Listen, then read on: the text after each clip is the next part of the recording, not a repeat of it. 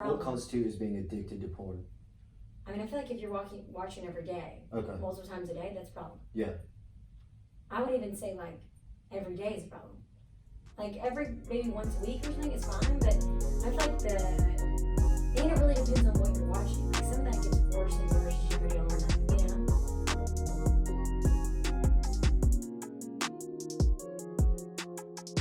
Hello, ladies and gentlemen, and welcome to the Hustle Up podcast, dedicated to all the movers and shakers out there grinding past a traditional 40-hour work week to create a life by design and stop living life on default. My name is Clint. Jonathan. And today we have an incredible guest here, Ms. Haley Helveston.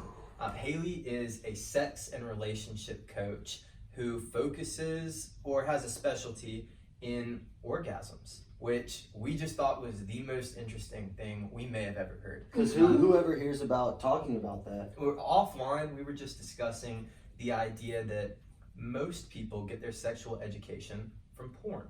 And she related it to the analogy that that's like getting all of your food from fast food. It's not necessarily healthy, and it's not a way to live. So Haley, let's get into some background. Before this, how did you decide this is something you want to get into, and what does the journey look like? Okay, well, I moved here 4 years ago. Yeah. And I moved from Birmingham to Atlanta, and I didn't really know what I wanted to do. My family does insurance, and so I got an insurance job.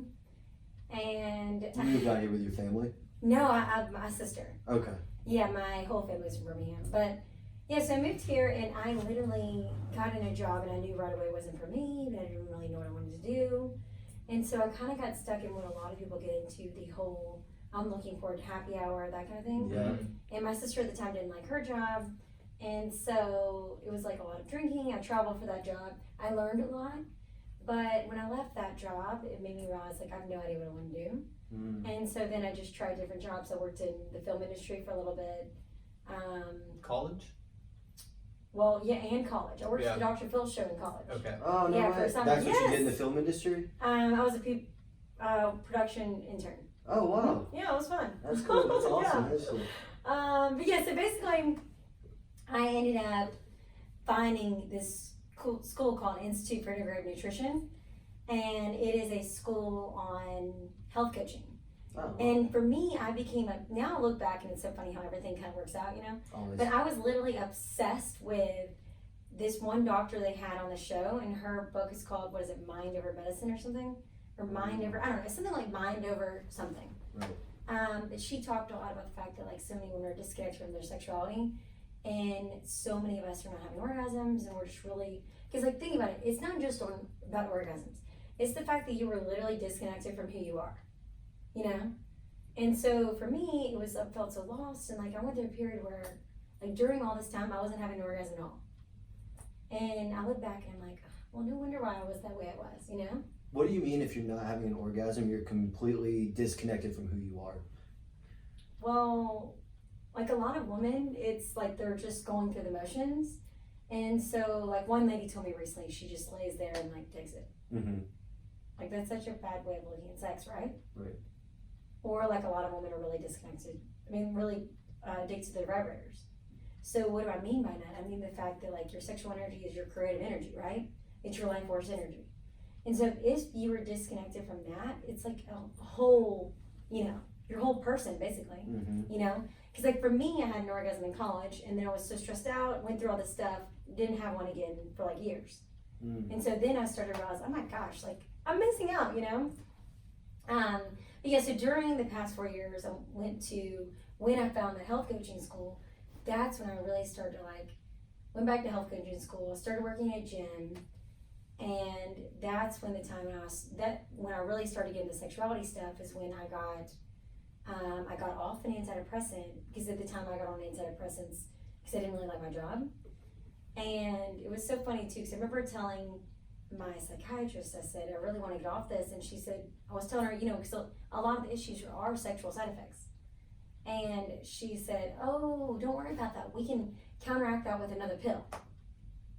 Of course, yeah. So Yeah. that's how it the works. most prescribed drug Yeah, it's And ridiculous. They're widely prescribed, and also offline. She mentioned, most women end up going on.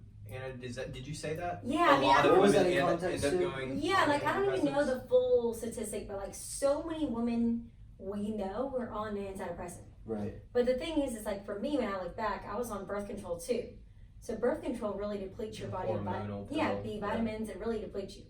And so it's like they're on that combo of a birth control pill and an antidepressant. And so for me, I was on both. And so when I got off both of those, I quit drinking last year. It was like a whole health journey, but really like a spiritual, sexual journey too.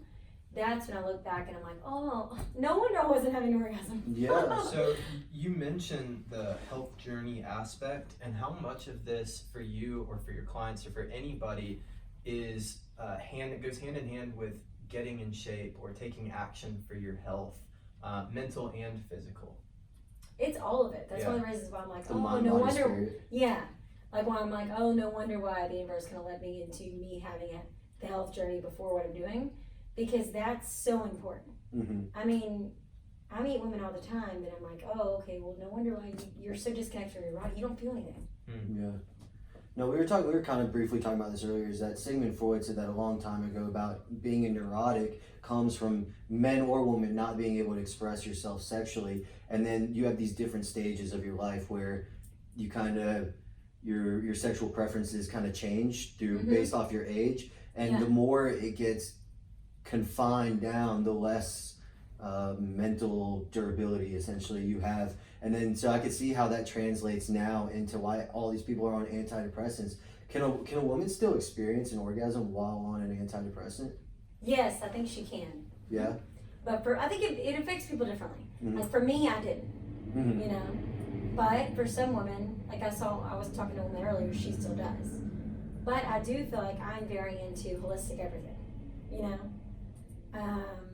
Like I'm even against vibrators. I know a lot of like people in my industry are still for that, but like I meet women all the time that cannot have an orgasm without it.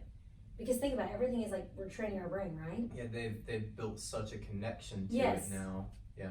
So they're so addicted to that vice that it's got a similar impact of porn, Yes, where yeah. it dulls down your sense for what's real. Well, yeah. Plus the thing is, like a guy's penis can never compete, right? I don't believe so. No, I don't believe that's correct. I don't believe that's always correct. No. Okay. I know what Possibly. you're saying.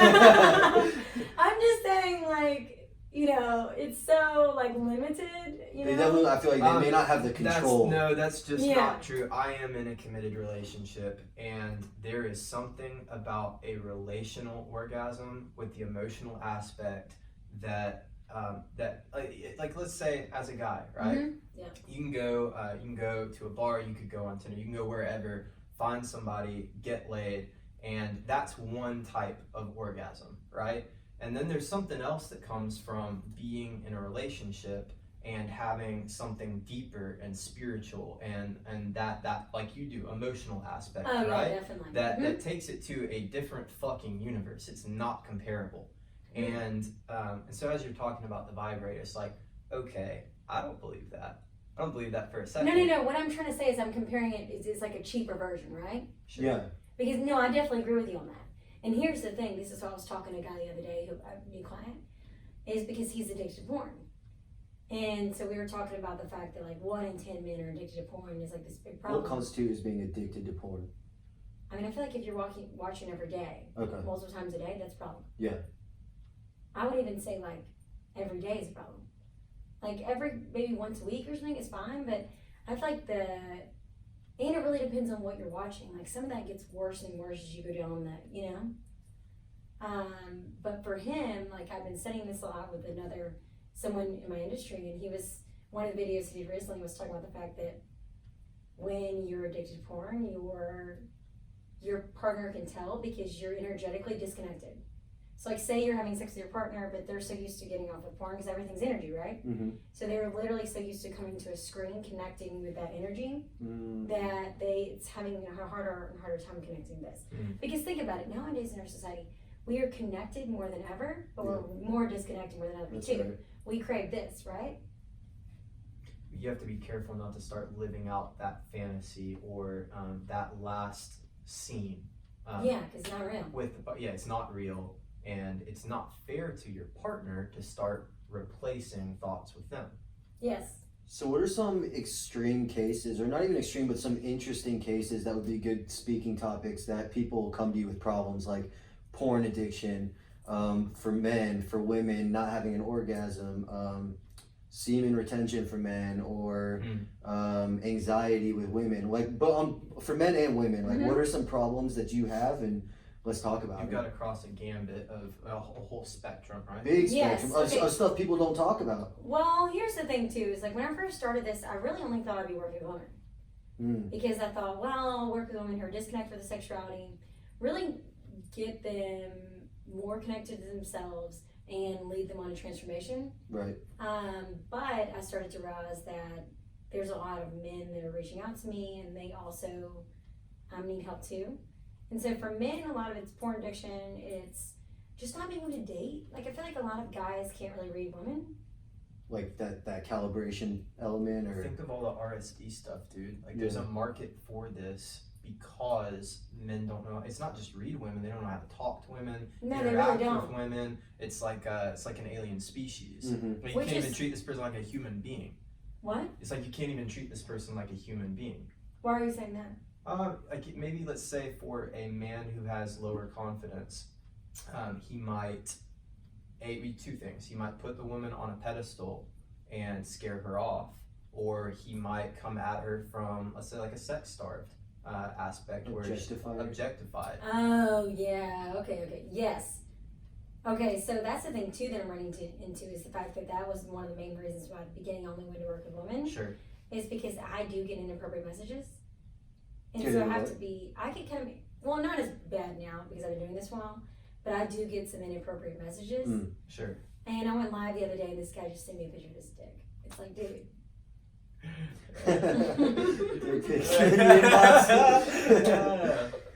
Like, come on, you know. That's crazy. So you do get guys and women hitting you up asking for calibration, communication type of advice? Yeah, I mean, the thing is like, you know, I guess for me being a woman, I didn't realize how big of a problem that is for guys, but it does make sense now because of our society, you know, because of with technology and everything. I think that, like a guy I met with yesterday, he's like older, he's like, he's like, I don't think you could help me with, you know, in terms of the sexuality stuff, but I really want to date and like find someone to marry.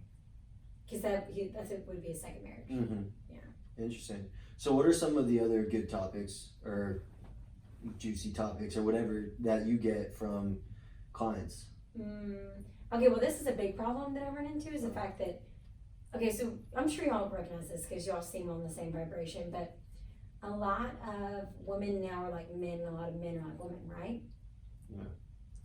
Kind of, not like, I'm saying I'm overgeneralizing. There's a more polarized kind of energy that's happening, like the idea of the masculine man is kind of shifting because it's think about survival of the fittest. You don't have to be the biggest, swollest guy to make it in this world anymore.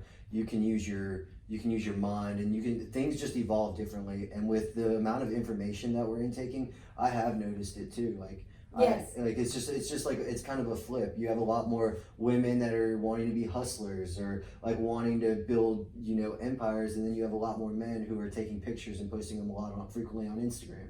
Yes, but here's the thing too, is like the fact that women really do want a masculine man. Like we want a guy to pursue, we want that. Right. But the problem is that a lot of women are that. Like I can't remember who said this quote. It was, I am the man I want to marry.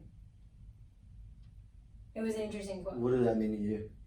It's kind of a sarcastic quote of saying she is basically, like she can't find the guy she wants to marry, so she became that. Right. And so I find that the problem is like, and I've also noticed too, is a lot of men are in low testosterone now because of the, you know, chemicals in our food and our, you know, just our societies is more unhealthy. Mm-hmm. So yeah, I think the whole masculine feminine dynamic is a big issue, especially for people sexually.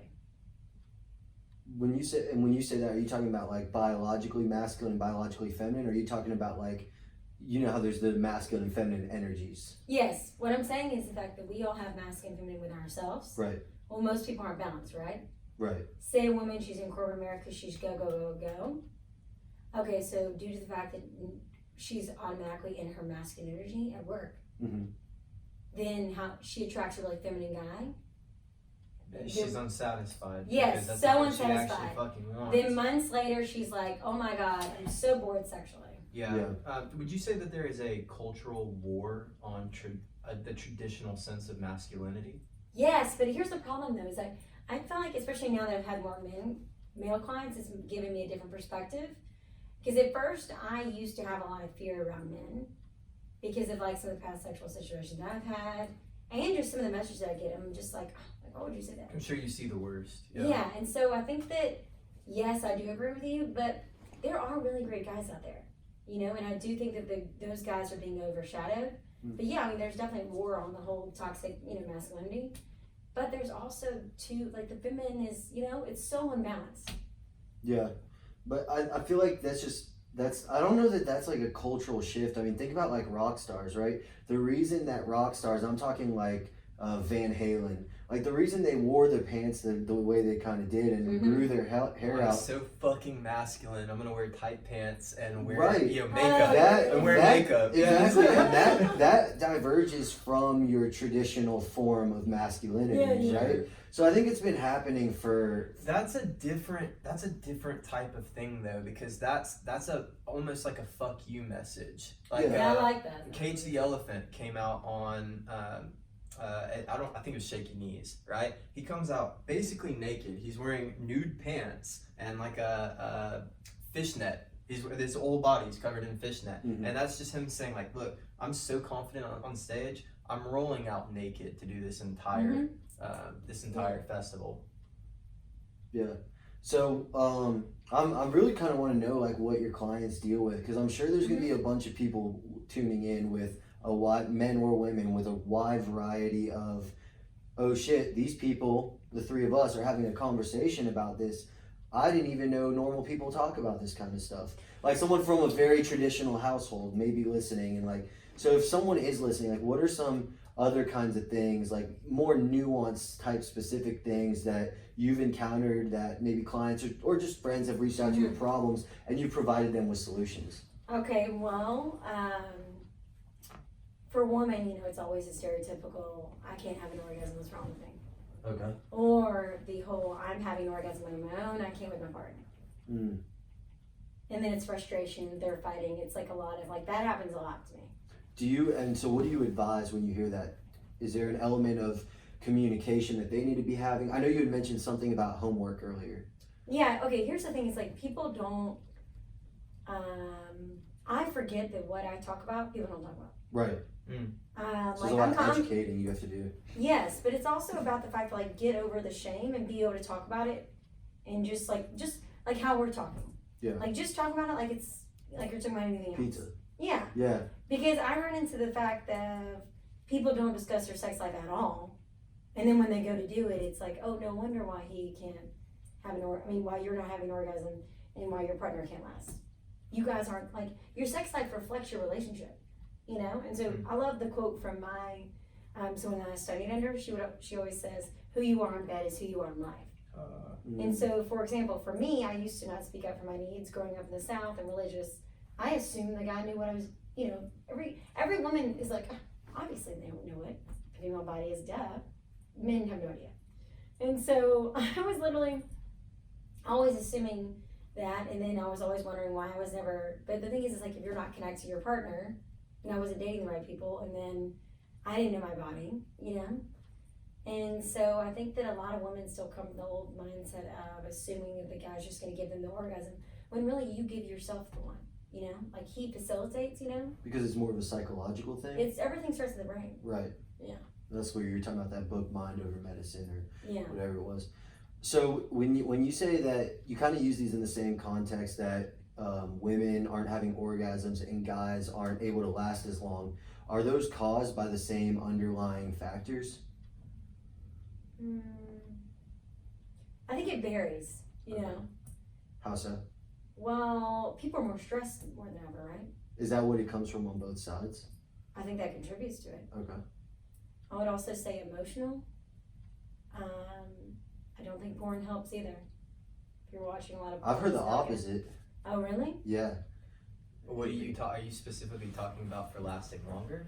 Yeah. Well, for both.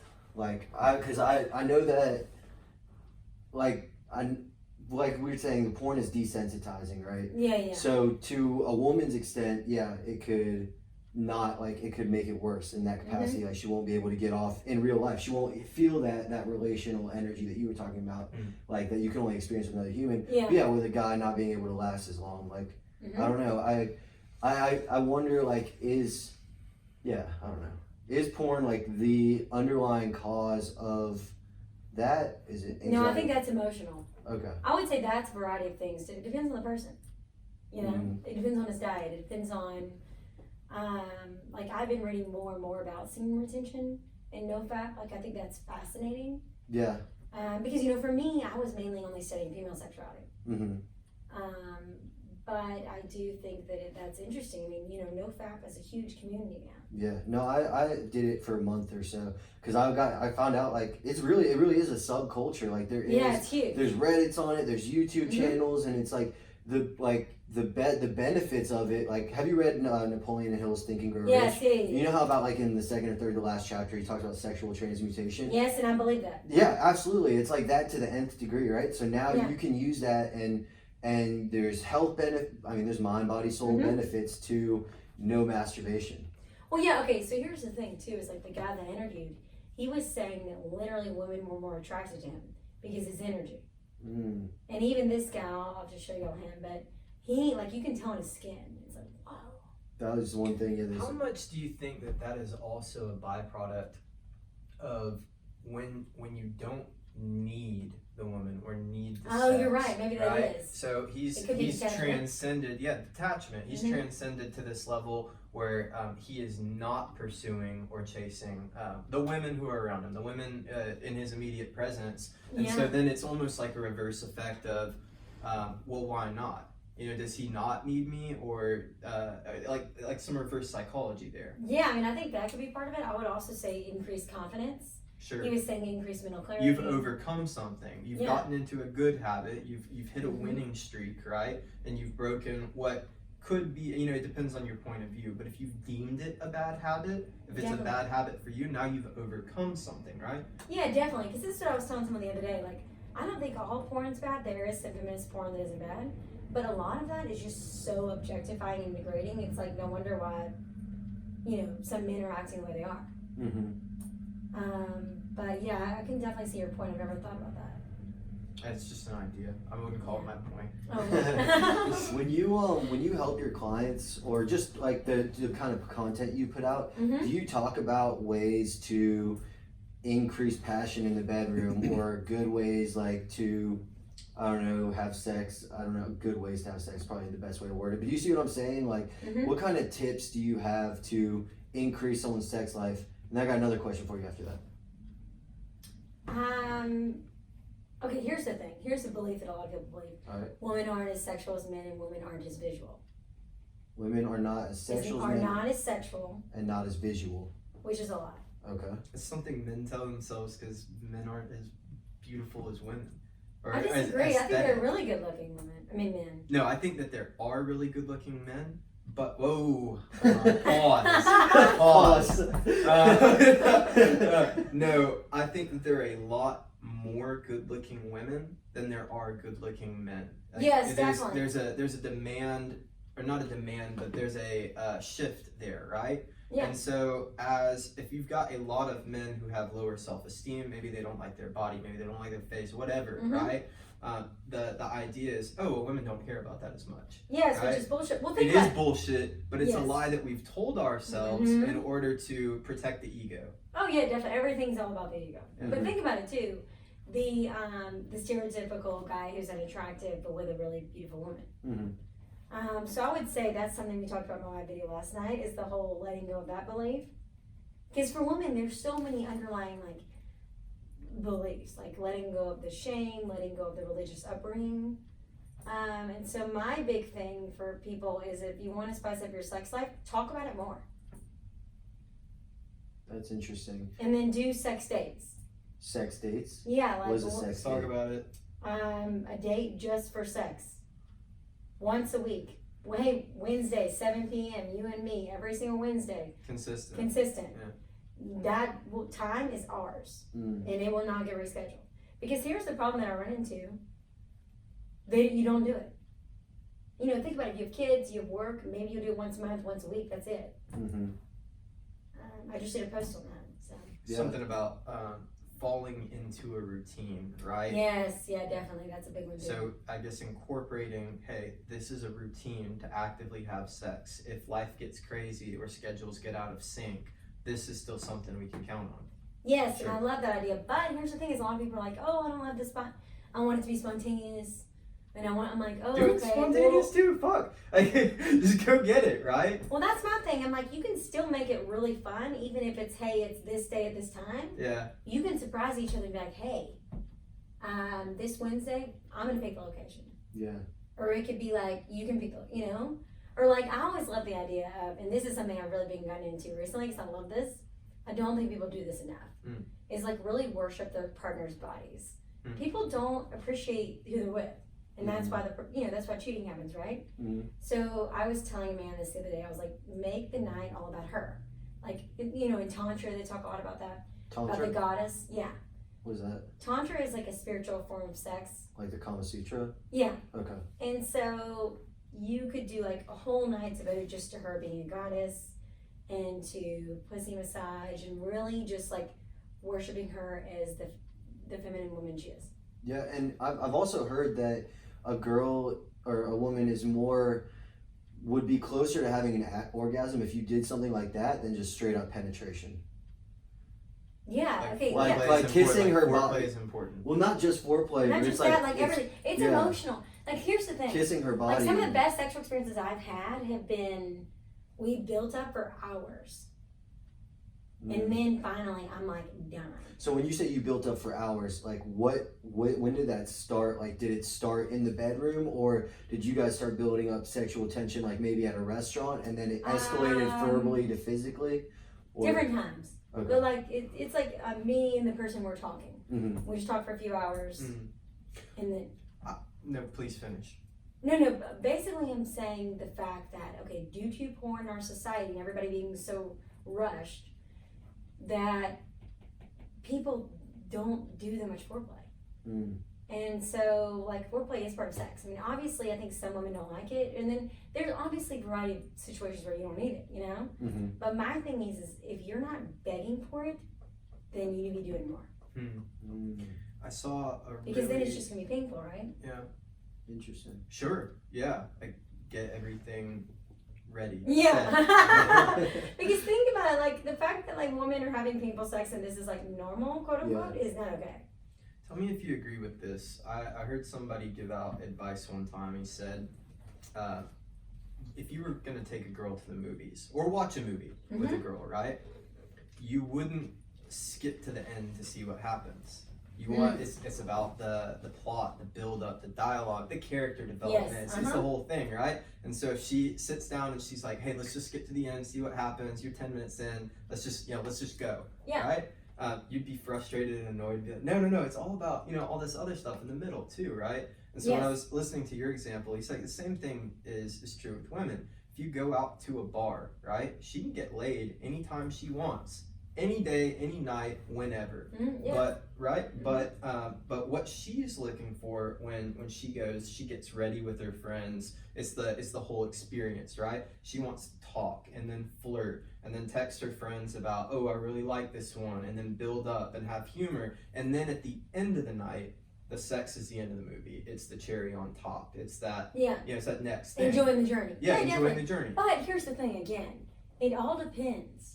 Because again, I think this is something that I feel like men have a hard time understanding. And again, everything depends on the situation. Yes. Mostly, yeah. But then there have also been times where I'm like, I just want to have sex. Sure. Like we don't even really get like communicate. Sure. Let's do it. Yeah. So I think that depends on the situation. What do you think about like talking like while you're having sex, like dirty talk? Like, cause as a guy, like, all right, so I was listening to a podcast the other day. This girl that I was dating told me about it while we were dating, and it's called Call Her Daddy. Have you heard about it? No. You haven't heard about Call Her No, Daddy? I like Sex with Emily. Yeah, no, I haven't heard that one, but you should listen to this one, Call Her Daddy.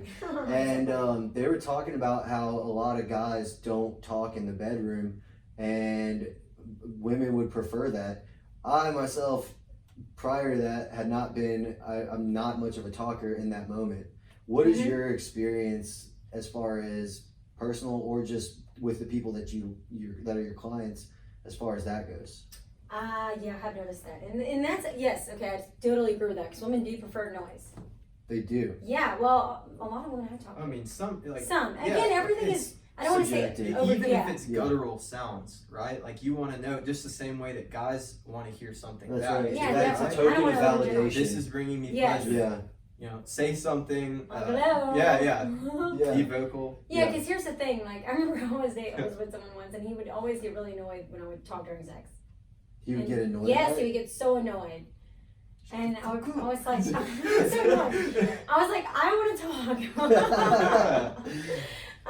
So yeah, I do think that, making noises is good. Yeah. And I think that it shows that the guy's really comfortable with the sexual expression and being able to, like, feel into the movement. Yeah. Mm-hmm. For anyone listening who may not know, like, this is another thing. So I didn't know what we were going to talk about. So I was Googling what kind of questions do you ask in a sexual relationship coach, and one of them was like, what is the G-spot and how do you find it? Oh, okay. Let me tell you the story about this first. Okay, right. So last July, I went on a sexual retreat to Costa Rica. Ooh. So part of the reason why I did that is because it was still me learning about my sexuality and everything. Obviously now I know this is a lifelong, but before that I was a health coach. Then, that was when I fully transitioned to, after that retreat, to doing what I'm doing now. Because I remember, I was like, oh, I'm definitely not a health coach. But the retreat is amazing because the woman that started it, she was married to a man, and it was like a really strict Mormon marriage. She only had one orgasm her whole marriage, and she was like one of 3 wives. I don't know whether it was like she got divorced or what, but like left that situation, met a man, they ended up having these amazing sexual experiences, really spiritual. So now she got certified in orgasmic healing. I forgot the exact name of it. It's like integrative orgasmic healing, something like that. Mm-hmm. But they literally look different. Like if I showed you before and after, you're like, wow. Because the work that I did there, they work on all 3 levels: energetic, physical, and emotional. And people forget this. Yeah, that's another mind, body, spirit tie. Yeah, you have to work on all the levels. Yeah. Like, that's one thing that, like, sometimes talk therapy doesn't work. You can talk about the fact that you've been raped every day. Is that going to change the fact that trauma is in your body? No. Like, for example, when I met a woman once and she was like, my ex-husband raped her, she never got over that. I'm like, yes, because it's in your body. Okay, so why I brought the Costa Rica thing was the fact that when I was there was a couple there that had they were about to get divorced because she had never had an orgasm and she was in her 60s. Wow. And think about it, #resentment. Like, I did a story on that today on Instagram. You made it to your 60s, right?